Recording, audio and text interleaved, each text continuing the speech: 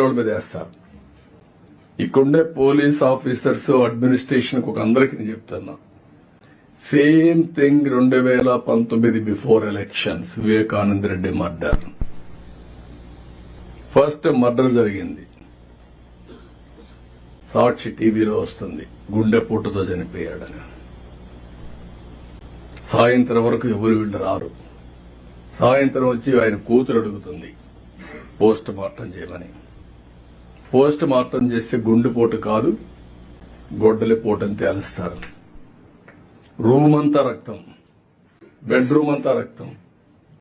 అయినా కూడా ఆ కేసుని గుండెపోటుని చెప్పే ధైర్యం వచ్చిందంటే సాయంత్రానికి మార్చేసి మా తండ్రి లేడు, చిన్నాను కూడా చంపేశారు, నేను అనాథనైపోయానని ఒక సింపతి కార్డు పే చేయడం.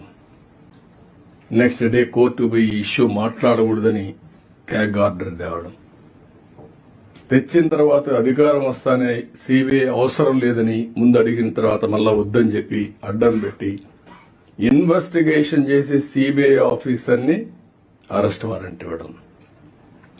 You cannot imagine all this things.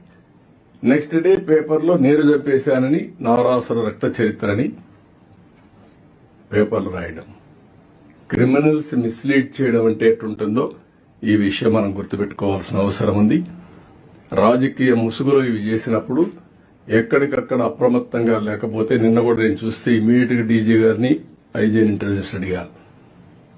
ఒక పోల్ ఎస్ఐ, ఆ ఎస్ఐ వీళ్ళు వాళ్ళు గొడవ పడ్డారు, ఛాలెంజ్ చేసుకుని తెలుగుదేశం ప్లస్ వైఎస్ఆర్ కాంగ్రెస్, నేను వెళ్తాను, నేను ఆర్గ్యూ చేస్తానని చెప్పి అతను అంటున్నాడు. సాక్షి టీవీలో ఇది మీరు చూడండి. 36 మంది చంపేశారని ఢిల్లీ ధర్నా చేస్తారు. పేర్లు ఇమ్మంటే ఎఫ్ఐఆర్ ఇమ్మంటే ఇవ్వరు. ఇది నేను చాలా సీరియస్ గా తీసుకుంటాను. ఎందుకంటే రాజకీయ ముసుగులో నేరాలు చేసి తిరిగి మన మీద వేసే పరిస్థితి వచ్చినప్పుడు ఆ ముసుగు తీయవలసిన బాధ్యత